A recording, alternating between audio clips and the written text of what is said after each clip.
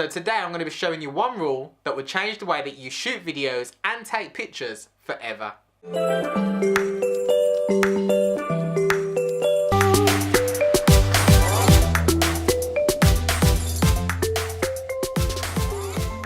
So welcome to another Top Tip Tuesday, where I'll give you tips on visual storytelling. Between spending time with my family and my daughter over the Christmas period and eating loads of cake and all that, I've been trying to work out and kind of burn off that cake, especially with the late night editing. I'm always like eating those Mr. Kiplings or them nice chocolate brownies, man. Those are my weakness, like hands down. You know when you're editing or doing something kind of late night and you're just like picking at things? That's me. But what I've also been trying to do is think of the #1 topics that you guys want to learn.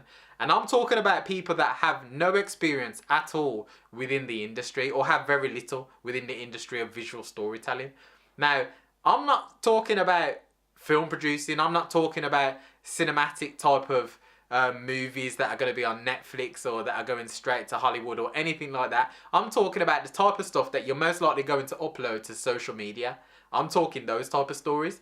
The type of stories that you create for social media are going to be different to Hollywood, but there's going to be some crossovers and some things that you can use from Hollywood to make your content stand out on social media. So hopefully that's what I'm going to be giving you guys on this channel. Now 100% I don't want to be using industry jargon. I don't want to be talking about f-stops too much. I don't want to be talking about range of distance and those types of things when we're talking about creating content. I want to keep it jargon free and easy to understand for people that don't have industry jargon within them. So it's going to be pure and raw. The #1 rule that is instantly going to change the way that people view your photos and videos is the rule of third. It's a powerful rule, and without noticing it, we view it all the time. There's stuff that we watch, the stuff that we consume on a daily basis that is using the rule of third, and we're just naturally attracted to it. It naturally just looks better to us. Now, as humans, we subconsciously like to receive things with certain rules in place. So if you look at noise, for instance,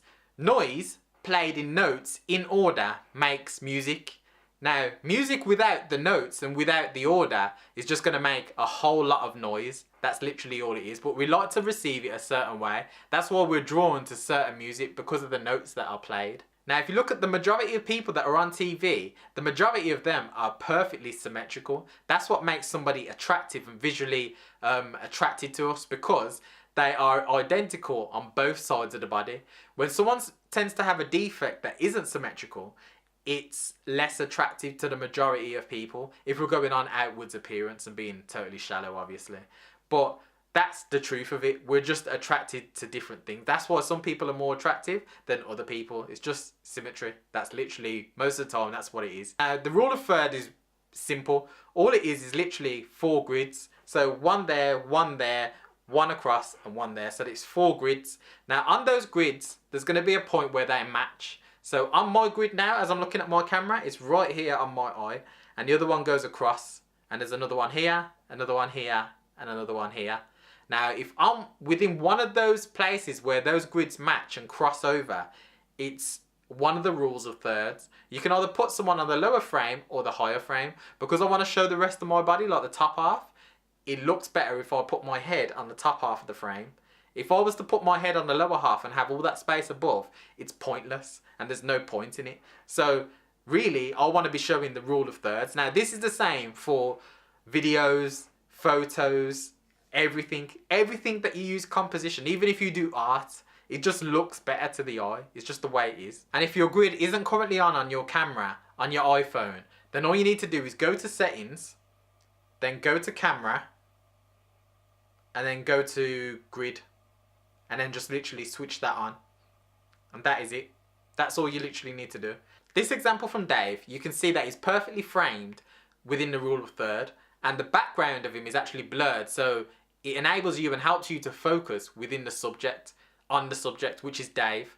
Now, that subject is the key, and that's what I want you to see. Whether it's photos or videos, that is the key subject. If you're photographing a product or something like that, it's key to have the main thing that you want to focus on in focus. And if you want to add a bit of depth to what you're shooting, then you can add a blurred background.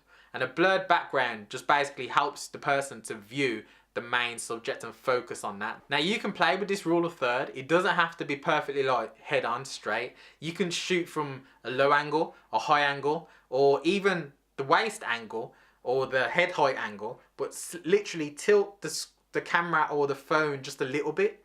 And just by doing that and playing with the angles, you're gonna make your image look a lot better. It's gonna change the perspective, because remember, people are viewing and experiencing what you want them to experience through your lens. So you need to give them that perspective. They can't see what you see, so you need to picture it like that. Put yourself within the camera, act as if the camera lens is literally your eye, and show them what you want them to see. And don't forget to like this video and subscribe to the channel if you haven't done already. If there's anything in particular that you want me to talk about, any industry, whether it's the gym industry, restaurant industry, or just a hobby or interest that you've got, that you would like to know how to make visual stories for, then just leave them in the comment section below, and I'll make content, make stuff for you specifically on that topic. So I need ideas, guys, so shoot those ideas across and we'll go out and create some stuff.